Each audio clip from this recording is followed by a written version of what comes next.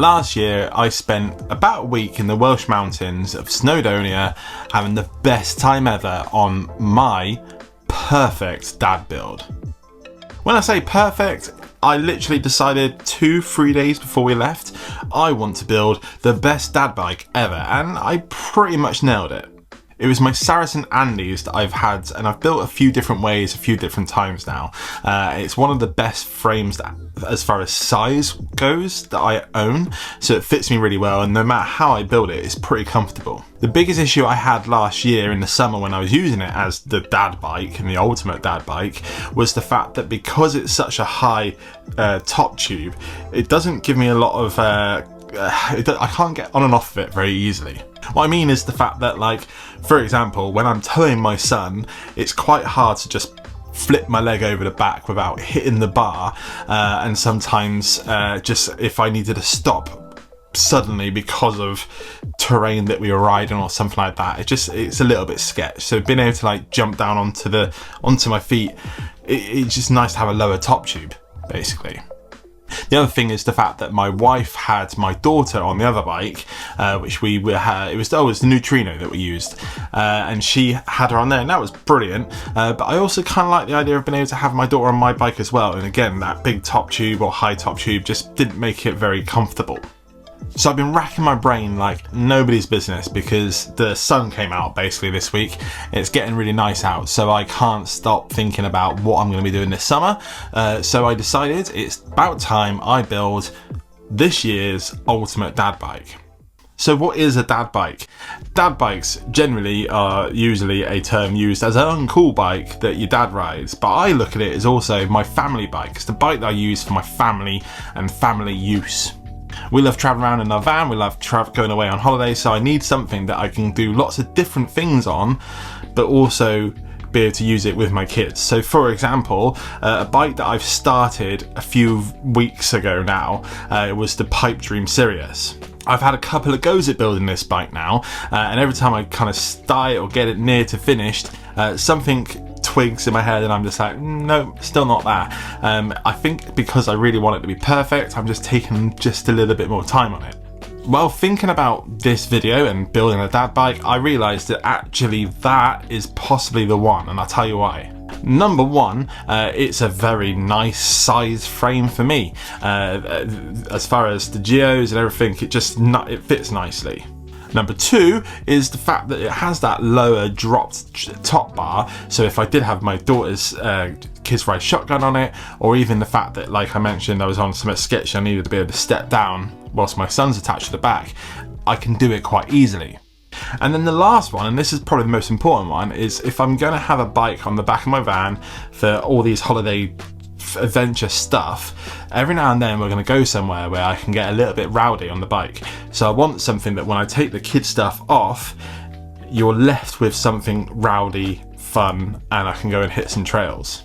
So without going on about this anymore, let's head to the garden and finish off the Sirius Pipe Dream. So this is where I left it last time. It was me fitting the last wheel. I say it like there's loads, this front wheel, and that was where it's been ever since. So let's finish it. So I have since changed the saddle and seat posts. We'll talk about that more later, but the one thing I have decided is, one, the rims need cleaning, they're super dirty, and the tyres, I think I have something else that I might stick on it. This fork also needs some air in it, but we probably won't get to that. But in this video, it had the Hope headset, which is lovely, the handlebars is really nice, stem, all of that is just tip top. The cassette, I did put a brand new cassette on it. I'm actually going to change that to a ratty one, mainly because I have a new group set that I need to use for something else. It's a long story, you'll see eventually. And then yes, the DMR saddle and the charged chopstick seat post. I feel like you didn't need to see me struggle with tyres, but these are the tyres that I have gone with. The Maxxis, they are Ardents, and they are 2.4s, which is super nice. There's a little bit of room left over. I need to check it out a little bit more later on, but the rims are all shiny and nice again, so that's cool. So moving on to the first part that we need to add, which is a BB. Obviously going to put some anti-seize in there first, and then we got this guy going in. Now I can tell you now that this is probably not staying. I did have another idea for the chain ring and crank, but I couldn't find the right bolts and stuff. It was one of those shed kind of days. This is probably too large long term. I did want a 36 or 34 tooth chain ring. This is a 38. For now, this is gonna be great, but as soon as we get to the Welsh Mountains in the summer, this will be too big. We will need some a little more range. So down the line, this will get changed, but for now, it's okay.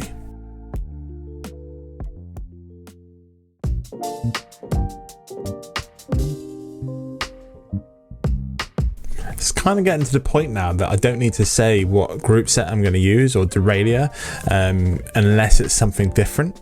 So you know what it is. It's the Advent X. I really like it, and I have a bunch of them. So that's what we're using. I think I might have said in the last video or the video before that about the fact that I like doing the limit screws and getting the derailleur in the right place before I put a chain on there, and I said something along the lines of, I don't know if this is the right way, but it's the way I do it, and then someone commented actually saying, if it works, how is it not the right way? And I suppose that's it. And I think it's one of the things I sometimes forget is when it comes to doing these kind of builds and stuff, it's like, do what makes sense, do what works, and the rest will follow. For the chain, I'm using this Shimano whatever 10-speed chain. It's greasy as anything. It's really gross, so I'm giving it a bit of a clean first, and then we'll put it on and size it up. There's a saying, isn't there, something along the lines of measure twice, cut once. I didn't measure it twice. I measured it once, and then I remembered it's one of those chains that has one of those stupid pins that goes through it, and it's not got a quick link, so I had to cut out another link, and it's probably now ever so slightly too short.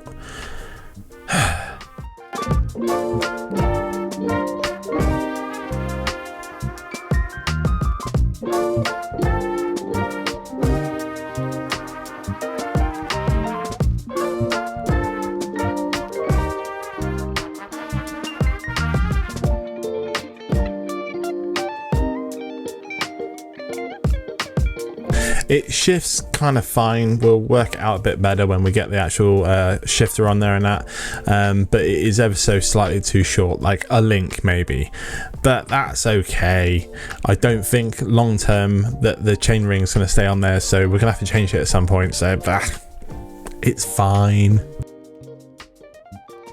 Now, there's nothing wrong with this purple top cap. In fact, the purpleness of it all goes with the bike very, very well. But I have something new on the website. I've been after something new to put up there for a while, and I also wanted something that I could make myself. So I've been buying blank top caps, and I've been using my laser engraver to make the happy cap. So I'm going to be releasing these in batches. The first batch is available to order now, and it will ship in around the 1st of April. So if you want to get in that first bunch, head to the website now, saveoldbikes.com, and you can buy one of these top caps. They will be coming back regularly, so if you do miss this first wave, because I'm only going to do a handful to start with, there'll be more later on down the line, but I think these are really cool. It's part of my logo, and it looks kind of nice on your bike, so if you're keen, head over to saveoldbikes.com and get one there. Thank you. Okay then, so let's get the shifter on. There's two different kinds of shifters you can get for the Advent X. I don't know if you knew this. One is the standard one, I guess, and then the other one is the Trail Pro version. The literal difference, as far as I can tell, is the fact that the Pro version has little rubber bits on the fingertips, like the trigger bits. That's it, as far as I can tell. These have been sat in the sun for a while, as you can see, but I have never used these TRP ML800s NTB brakes. These are the levers for them, and I'm quite excited to try them out. These are the calipers, which are spikes. They look really nice. They're dual piston and they got a nice big braking surface, so I'm excited to try them out. Also, can we normalise getting stickers inside component boxes again?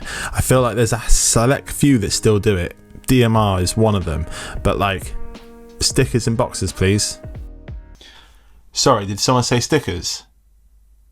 I'm not one for a double ad in my own videos for my own things, but as well as the top caps being available on the website now, I have also done a mini restock of some of the stickers that sold out last week. So massive thank you to everybody who ordered stickers. There's a bunch that I'm still dispatching, so if you are the 1 or 2 people left over that haven't sent them yet, sorry about that. It's been a big week, which you will find out about very soon. They'll be all being shipped in over the next couple of days. So if you are keen on some stickers, I did a teeny restock. Like the warning stickers sold out in a day. I have 5 spare ones that I was holding on to. They're now on the website. If you're quick, you can pick them up. Saverbikes.com. It literally makes this channel. Thank you so much for everybody who buys stickers. I love you all. So I'm going to get all the levers on and stuff, and then I'm going to pull it off the stand actually and get everything kind of in a good position. Oh, before I do that though, I also need some grips. Anyone want to guess what they are? What's that? Def grips. Yes, it is Def grips. These are the Def grips 2s. They are my favorite grip. I've used a few different grips over time, and these are the ones I always come back to. The 1s and the 2s are very similar as far as the feel goes. They just look a bit different, which is nice. That was a nice little upgrade instead of just changing something that already worked. Yeah, highly rate them as always. That and also the gridlocks, the new ones from DMR, those I'm a sucker for those right now. Those I'm really enjoying. So shout out to the DMR people. I don't know. I recently gave a big shout out to the V6s by DMR, these pedals here, and someone said, but I've only ever seen you run V8s. Well, that's pretty true, to be fair. I do mainly go for those because I like a metal pedal, but after talking about them so much, I figured, yeah, I should probably bang some on a bike and give them a go again. These are ones I've ridden a ton. I have a couple of sets that I've got that I've used over the years, so these they're not brand new, but yeah, I thought I'd try them out again. We've all been there, and if you've watched any of my videos, you know the last part of the video is usually me just messing about for a long time, adjusting brakes and cables and stuff like that. So the rest is a little bit of a rush through. This was a little bit fiddly, getting the bolts in the right place and things like that. It's one of those jobs that like you do it, and when it's done, sick, you've got really nice brakes and everything's going to work nicely, but to get them on the bike sometimes just takes just a little bit of time, but I did it, and they're nicely centered now. At this point my kids rocked up, so I don't have a lot of footage of the cabling process, but I use these grey Jaguar cables. Great, I've had them for ages, and they've just been in the shed, but I think they work with this build, I think anyway. Also, this is a weird one. Who has ever actually put any of these little rubber things on a cable? I've got loads of bikes with exposed cables like this, and I've got loads of these little rubber things that come with all the ferrules and stuff, and I've just never done it. I've always been like, meh, it doesn't matter. So I'm doing it, which I don't know, is that weird? Am I the weird one for never actually using them and just letting them tap around on your frame? So yeah, it makes it look a little bit like a retail shop bike, like one I bought in the shop. It's kind of cool. I might continue doing this on my bikes. So the last two things was this, obviously the bottle holder. This is from Velocity Wheels, and it kind of matches the green perfectly. I really like it, and that is the bike, and oh my god, is it glorious. But before we go and look at it, I love this seat post. It's really nice, really nice and polished and stuff. But if I put that bracket on it for my kid's bike, it's going to scratch it to pieces or slide because it's shiny. So this is a seat post that was actually given to me by a follower, one of the Jumbles. So thank you very much. It's a really good seat post, but it's also that matted, so it will grip nicer. So essentially this bike now comes with 2 seat posts. If I'm having a jolly, I'll use the purple one, and if I'm using it for kid stuff, I'll use the other one. Now let's go look at it.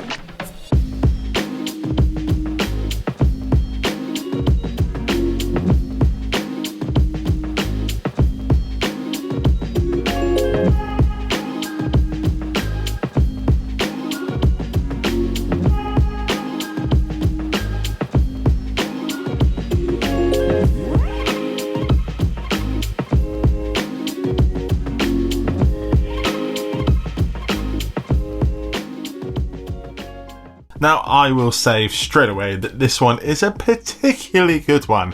It's everything that is in my head that I wanted to achieve on the bike is worked nicely. The amount of times I build a bike, and you kind of need to go with the flow. You kind of need to just be like, it ain't going to work the way that I want it to work, but it will just have to work the way it wants to work itself, kind of.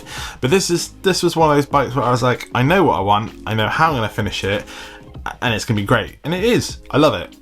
But the reason why it has worked, and it's worked the way it has, and I've talked about this so many times, when you build a bike, especially when you are doing it in the way that we kind of do it, where a bit creatively, you kind of throwing bits at it until it kind of sticks, like you need to kind of do a lot of it and then just walk away, and that's what I did. This one's been potentially a month or 2. I built it nearly to the point where I had to put brakes and gears on, really. And then I walked away and left it for a while. And then by the time I came back to it, I knew exactly what it was missing and the direction I wanted to go. So if you could take anything from this video, don't push too hard when building bikes. If it's not fitting, it's not feeling right, step away, come back to it. And that's what I've done, and it's come out tip top. That all being said, it's not perfect yet. One, I couldn't find any zip ties, little ones to put the cables down, so they're a little bit flappy at the moment, but that's not a big deal. And 2, I think it needs a dropper post. I kind of knew this would be the case anyway, but I just didn't have the cash. I want to get one that has a lever underneath the saddle instead of like cables and stuff, just because it's neater and just because it's cool.